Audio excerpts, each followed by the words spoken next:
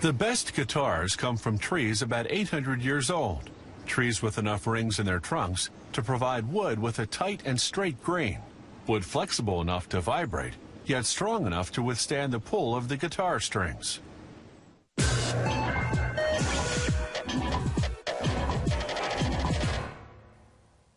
The guitar traveled from North Africa to Europe, with the Moors who invaded Spain in the 8th century.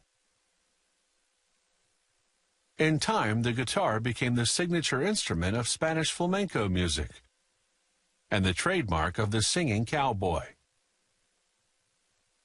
In the 1930s, the acoustic guitar debuted as a jazz instrument. By the 1960s, as the electric guitar took over rock and roll, the acoustic guitar remained a staple of the folk music scene.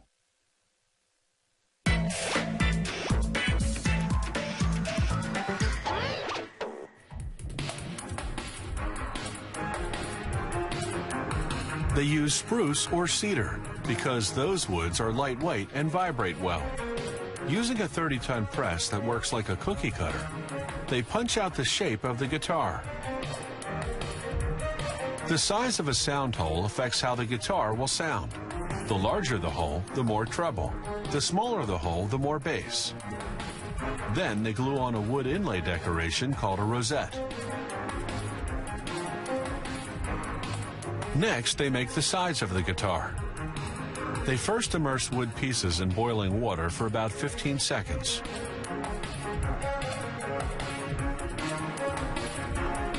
Then place them in a heated press to make the curve.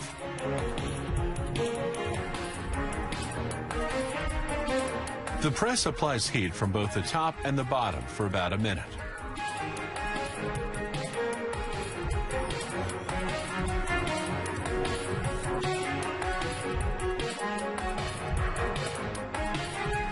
Then they connect the two sides with blocks of wood made of either mahogany or poplar. One is glued and clamped at the bottom, the other at the top.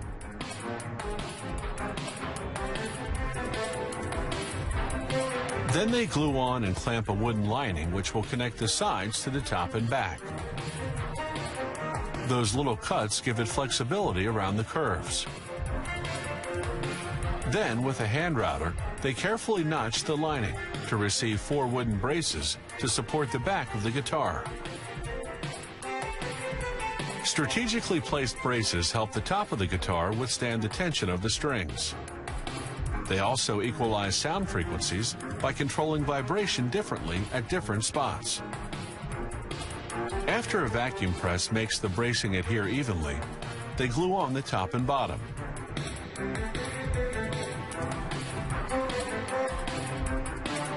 The body of the guitar is now assembled. It goes into a press, then a drying rack for several hours.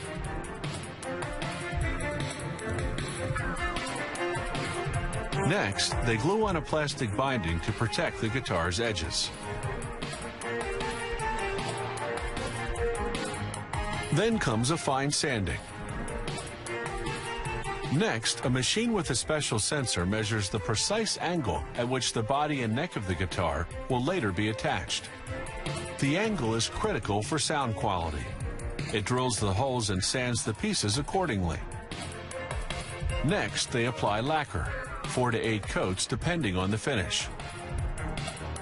The fingerboard is made of rosewood or ebony.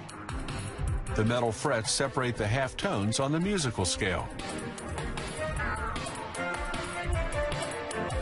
An adjustable rod goes inside the neck. This lets the neck adapt to the different tensions that different types of strings require. They glue the fingerboard on the neck. Then vacuum press it to make sure it adheres evenly.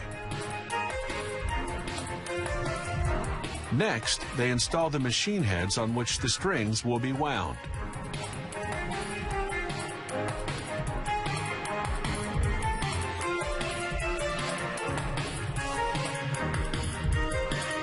The rod in the neck slips into a groove on the body. The neck is then bolted and clamped until the glue dries. Next, they glue on the bridge, securing it with temporary screws and a clamp. Then they glue on the headstock nut, a hard plastic piece that spaces the strings evenly. Next comes the saddle, then the bridge pins, which lock the strings in the bridge. Finally, they string the guitar using an electric winder. Because of all the glue drying time, it takes 3 weeks to make a guitar. The wood will become suppler the more the guitar is played. So as the guitar ages, the better it will sound.